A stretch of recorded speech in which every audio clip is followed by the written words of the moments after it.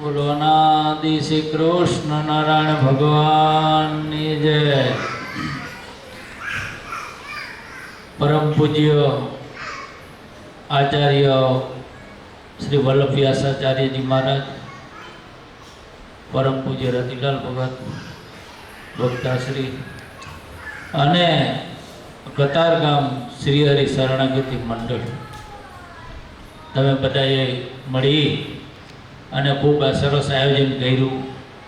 કથા વાર્તાનો બધાને લાભ મળે છે. શાસ્ત્રકારે એવું લખ્યું ભગત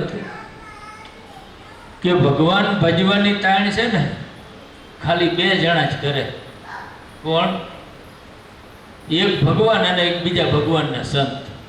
આ બે જણા જ કરે કે ભાઈ ભગવાન ભજી લેજો, અને આમાં કાંઈ એને કાંઈ ખબર જ છે. આમ જોઈએ તો આપણે એને કાંઈ સ્વાર્થ નથી, પણ છતાં એ તાણ કરે. શું કામ? કે આ જીવાત્મા ઉપરથી જન્મ અને મરણના ફેરા ટળી જાય. ભગતે ગરુડ પુરાણની વાત કરી, એવી ઘણી ઘણી વાતો કરી કે શાસ્ત્ર શું બતાડે કે આ જીવાત્માને માટે બે મોટા મરણ છે, બે મોટા દુઃખ છે, એક જન્મનું ને એક મરણનું. આ તો અહીંયા આવી ગયા એટલે બધી હરેરાટી વીતી ગઈ મારે. નહીતર મારે ત્યાં દુઃખ બહુ જબરા. હું આમ માતાના પેટમાં ઊંધે માથે લટકવું અને પછી ભગવાનને પ્રાર્થના કરે કે મને બહારે કાઢો, હું શ્વાસે શ્વાસ તમારું ભજન કરીશ. પછી ભગવાન સૂર્ય અને ચંદ્રની સાક્ષી, આવા તો કેટલી વાર વાદા કરી લીધા હો. પછી સૂર્ય ચંદ્રની સાક્ષી એને બહાર કાઢે અને અહીંયા આવીને પછી ભગવાનનું ભજન ન કરે અને આ માયિક સુખ આટું થાય. આ બધું છે ને સુખ, એ બધું ક્ષણિક સુખ છે. હવે આગળ એક તમને વાત કરું કે મૂળીનું મંદિર બનતું હતું. ભગત મૂળીનું મંદિર, મૂળીનું મંદિર બનતું હતું. એક શિખરનું મંદિર બનાવવાનું હતું અને બ્રહ્માનંદ સ્વામી 3 શિખરનું આદરીને બેઠા. કે જેટલી ટોલી વાત ભગત બધી પાયામાં વહી ગઈ. પછી કામ પડ્યું બંધ. વળી થોડુંક ટાઈમ થયો, વળી થોડુંક ચાલુ થયું, વળી પથ્થર લેવાના, બીજું ત્રીજું કામ ચાલુ થયું, વળી કામ બંધ પડ્યું. પછી એક હિમાલયમાંથી એક બાવો આવ્યો હતો, જોયું એને કે મંદિર કા કામ બંધ પડે તો કે આ બંધ કા પૈસા નહીં. પછી બાવે કીધું કે તમે એક કામ કરો, એક દો આદમી કો ભેજો હિમાલયમાં, હું કહું ને એવી જડીબૂટી મને લઈ આવી દી. એવી હું કહું એવી જડીબૂટી એટલે તમને હું કે હોનું બનાવતા શીખડાવી દઉં. પછી તમારે હોનું બનાવવું અને વેચીને પછી મંદિર બનાવવું. પછી બે જણા મંદિરમાં આટો માર્યો. પછી સ્વામીએ જે કપડું ઓઢ્યું હતું ને ભગત, એક ધોતિયું પહેર્યું હોય અને એક બીજું શરીરે કપડું એક ઓઢ્યું હોય. એ ભગવું વસ્ત્ર જે ઓઢ્યું હતું એ એક પથ્થર પડ્યો હતો ભગત, મોટો પથ્થર, આગળ નાના મોટી ભેંસ જેવડો. એની ઉપર એક કપડું ભગત પાથરી દીધું હોય, ઓઢાડી દીધું પથ્થરને. પછી એ બાવાને કહેવાય ખેંચ કપડું. એ ભગત એ બાવાએ કપડું ખેંચ્યું ને, આખો પથ્થર હોનાનો હતો. આખો પથ્થર હોનાનો બની ગયો હતો. તો મહારાજ કે એને કીધું પછી કે તું તો હિમાલયમાં જાય અને જડીબૂટી લઈ આવી, ત્યાં તું હોનું બનાવી દે. ભગવાને અમને એવી સામર્થ્ય તો અમને આપી છે, આ પાણાના હોના કરી દેવી, પણ અમારા ભગવાનની આજ્ઞા નથી. શું કામ? કે અમારા ભગવાનની આજ્ઞા છે કે તમે જે મંદિર છે એમાંથી બધાયની થોડી થોડી સેવા લઈજો, એટલે બધાય જીવાત્માનું રૂડું થાય, બધાય ભગવાનના ધામમાં જઈ શકે અને એ જીવાત્માનો મોક્ષ થાય. અને ભગવાન અને ભગવાનના સંતના અવતાર ખાલી જીવાત્માના મોક્ષ માટે જ હોય છે. એ બે જણા જ તમને કે ભગવાન ભજજો એમ, બાકી કોઈ કહેતું નથી. ભગત બીજે જાઓ કે હાલો સિનેમામાં જાય, હાલો હોટલમાં જમવા જાય, ઓલા રિસોર્ટમાં જાય, ઉहाँ જાય, બધે એવી તાણ કરે. ભગવાન ભજવાની કોણ તાણ કરે? કે ભગવાન પ્રત્યક્ષ ભગવાન અને પ્રત્યક્ષ ભગવાનના સંત, આ બે જણા તાણ કરે. અને જન્મ અને મરણના એ બે જ દુઃખ, એ બે જણા જ દુઃખ મટાડી શકે. બીજા તો બધા એ જન્મ ને મરણ લેવરાવે, બધા બીજા તો લેવરાવે ભગત કે આ તું જન્મ લે, એ સારું સારું કહે છે, એમાં તો બહુ સારું. શું કામ? કે એને એ જન્મ ને મરણ લેવરાવનારા. અને આ બે જણા જન્મ ને મરણ મટાડનારા. ભગવાનના ધામમાં એવું સુખ છે ભગત, શાસ્ત્રોમાં એવું લખાણું છે કે ત્યાં કોઈ સૂર્યના લોકમાં જાય પણ અહીંયા અંધારું હોય ભગત. સૂર્યના લોકમાં જાઓ તમે, સૂર્યના લોકમાં પણ અહીંયા રાત ન હોય, અહીંયા કાયમ અંજવાળું હોય. એમ મહારાજ કે મહારાજ જે ધામની અંદર મારા ચરણોમાં જે આવ્યો તો એને કાયમ સુખ સુખ ને સુખ જ છે. પછી અહીંયા કોઈ દી દુઃખનું નામ નથી. માટે મહારાજ કે ભગવાનની ભક્તિ કરવી. અને સમય ટૂંકો છે, 10 મિનિટ કીધું છે, અને 10 મિનિટમાં તો કેટલી વાત થાય, પણ છતાંય બધાય તમે ભક્તિ કરો છો ભગવાનનો અને ભગવાનના સંતનો મહિમા સમજો. મહારાજ કે જીવાત્માને બળ પામવાનો જો એક જ ઉપાય છે કયો? તો કે ભગવાનના સત્પુરુષનો મહિમા સમજવો. ભગવાનનો મહિમા સમજવો, ભગવાનના સત્પુરુષનો મહિમા સમજવો. તો એકબીજાને નીચે ન દેખાડતા, એકબીજાને નીચા ન દેખાડવું, એકબીજાનો મહિમા ગાવો, એકબીજાનો મહિમા સમજવો, તો તમને સત્સંગનું સુખ આવશે. બાકી મહારાજ કે અભાવ અને અવગુણ લેનાર છે, મહારાજ કે એને ભગવાનનું સુખ મળતું નથી. ભગતે વાત કરી ને, બોલો લેવા ગયા હતા હટાણું કરવા, એનું જ ભૂલીને આવતો નહીં. એમ અહીં હટાણું કરવા આવ્યા છે પણ આપણું જ ભૂલીને વ્યા જાય તો. એટલે મહારાજ કે પ્રત્યક્ષ ભગવાન, પ્રત્યક્ષ ભગવાનના સત્પુરુષ, મહારાજ કે એનો કાયમ આપણે ભગતનો યોગ થયો છે. ભગત અહીં ઘણી વાર આવ્યા છે, 1 માસ કથા કહી દીધી ભગતે. અહીં કહી દીધી ને, એક વર્ષ કથા કહી, 1 માસ આખો 1 મહિનો કથા કહી દીધી ભગત. ઘણા એના દુઃખ કાપ્યા છે. આ કાંઈ અજાણ્યું થોડી છે. અમે મુંબઈમાં ગયા ભગત, ભલે 10 મિનિટનો દીધો, પછી મહારાજને મનવી લઈ થોડું આ તો કહી દો ભેગા ભેગી વાત. એક શું આ કેવી છે, શું કામ એ તમને કહું. કારણ કે ભગવાનના જે સંત છે ભગત, એને મહારાજ કે એને જે આપણે છતાં કરવાને એ આપણું કામ છે. આ જગતથી બીવાનું નથી ભગત.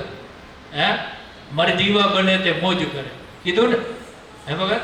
કાંઠે કાંઠે નહીં એને મોતી હાથમાં આવે ભગત. હાચા મોતી જોતા હોય તો મતદરીએ જવું પડે. એને મોત હોય ને એ હાથમાં લઈ જાય. મતદરીએ તો માછલા કેવડા જબરા પડે.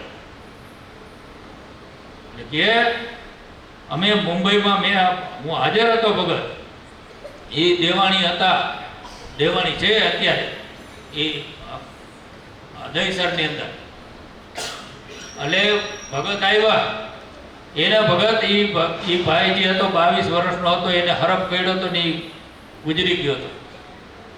પછી એ બધા સ્વામિનારાયણ ભગવાનના સત્સંગી હતા. કેટલી વાર સાધુ પાસે ગયા, મંદિરમાં ગયા, નુઆ ગયા, બધે ગયા, પણ ઓનો મોક્ષ થાય નહીં ભગત. ઓલા ભાઈનો એને હરફ કર્યો હતો ને મોક્ષ ન થાય. ભગત આવ્યા દહીસરમાં, મુંબઈ આવ્યા, બધા ફરતા હતા, બધા ભક્તોની ઘરે. પછી એક ભાઈ કે એને બીજા ભગત હતા, એને કીધું કે અમારી ઘરે આ ભગતને લઈ આવો ને કે. પછી ગયા બધા ભક્તો ભગત. અને ઓલો ભાઈ આવ્યો 22 વર્ષનો જે ગુજરી ગયો, હરફ કર્યો એ કે મારો મોક્ષ કરો કે. આ ભગવાન આવ્યા, ભગવાન આવ્યા. પેલા એમ બોલવો માંડ્યો, આ ભગવાન આવ્યા. પેલા એમ બોલતો હતો ભગત. પછી કે મારો મોક્ષ કરો. હું કેદું નો તમારી રાહ જોઉં. કોણ કહેતું હતું? આ જે ભાઈ જે હરફ કર્યો મરી ગયો હતો ને, જે પિતૃયોનીમાં રખડતો હતો ને, એને કીધું હું કેદુનો તમારી રાહ જોઉં છું. પછી ભગતે મંત્ર આપ્યો. એ મન કે હજી એકવાર મંત્ર આપો, એકવાર મંત્ર આપ્યો કે હજી એકવાર મંત્ર આપો. અને પછી 2 વાર મંત્ર આપીને પાણી પીવડાવ્યું. પાણી પીને ભગત આ નજરે જોયેલી વાત કરું તમને, હરફ કેમ હાલે ભગત? એમ દરવાજા સુધી માણા હાલ્યો બોલો. એવું ન કે માણાનું શરીર વરે, આ ભગત જો ઓલા ભગત એ હૈસી હાજર, એટલે કહું છું. હા, રવજી ભગત રામોલિયા, હે હતા, તમે હતા? હા, એ ભગત જો. એટલે કહેવાનું શું મારું કે આ પ્રૂફ સાથેની વાત છે ભગત. કાંઈ એવું નથી કે આપણે એ હાજર નથી અને એની વાત કરી, એવું નથી. કોઈને એમ શક થતો હોય ને તો એ ભલે ને પૂછી લે, હે. એટલે મહારાજ કે ભગવાન મળ્યા, આવા ભગવાનના મોટા સત્પુરુષ આપણે મળ્યા. આપણે કોણ મળ્યા? આપણે અવતારી ભગવાન મળ્યા અને અવતારી ભગવાનના ભક્તો મળ્યા. કેવા જબરા મળ્યા કે મહારાજ કે એની જગતની અંદર એવો જોઠો નથી ભગત. આ જગતની અંદર હે ને એની જોડ નથી. શું પછી એની આજ્ઞાથી બધું હાલતું હોય. કોઈને કીધું, મહારાજ મને કીધું હોય કથા કરજે, હું કરું, એ વાત બીજા નંબરની. પણ મહારાજ કે એના જેવી જોડ એની નથી. એ એક જ છે, સૂર્ય જેમ કોઈ ભગત, જેમ ભગવાન એક હોય, હે એમ મહારાજ કે આવા ભગવાનના જે એકાંતિક સત્પુરુષો મહારાજ કે એની જોડ નથી હોતી. એ બધાથી મોટા હોય. માટે મહારાજ કે આપણે ભગવાનની આજ્ઞા, કોઈ ભગતે ઘણાને આજ્ઞા કરતા, ઘણાને કરી હોય આજ્ઞા, તો મહારાજ કે અનુસંધાન રાખવું અને આપણે બધાને એક થઈને રહેવાનું ભગત, હે. તો મહારાજ કે તમે ધારશો નહીં કરશો. હજી આથી મોટા આયોજન તમે કરી શકશો જો તમે બધામાં એકબીજાનો મહિમા સમજી અને એકબીજા ભેગા રહેશો. તમે ધારશો કરશો. મહારાજ કે રજવાડાના રાજ્યો ગયા અને ભક્તોના નવા રાજ્યો ઉપજ્યા. મહારાજ આ લેટરમાં લખ્યું, તમે ધારશો નહીં કરશો. રજવાડા હોય એ રાજા ધારે કરી શકે ને ભગત, હે. એ મહારાજ કે પણ તમે મારા ખરેખરા ભક્તો થઈશો તો કે તમે ધારશો એમ તમે કરી શકશો. માટે હવે જાજુ નથી લેવું, કારણ કે સમય ઓછો હોય એ તો આપણે સમજી પણ, અને સમયની અનુકૂળતાએ તો આટલું કહી અને કદાચ કાંઈ ભૂલચૂકથી કાંઈ બોલાઈ ગયું હોય તો બધા પાસે ક્ષમા માગી અને મારું મંતવ્ય પૂરું કરું છું. બોલો અનાદિ શ્રી કૃષ્ણ ભગવાનની જય. હવે મહારાજ શ્રી પુનાથી પધારેલા મહારાજ, જે ગોવિંદજી મહારાજ છે એમના નાના ભાઈ છે. થોડી ખુરશી આમને રાખી દો તો મહારાજનું મુખારવિંદ દેખાય, બીજું કાંઈ નહીં. એટલે મહારાજ હવે પોતાની અમૃતવાણીનો લાભ આપશે. બિરાજો મહારાજ, અહીંયા જ બેહો વાત.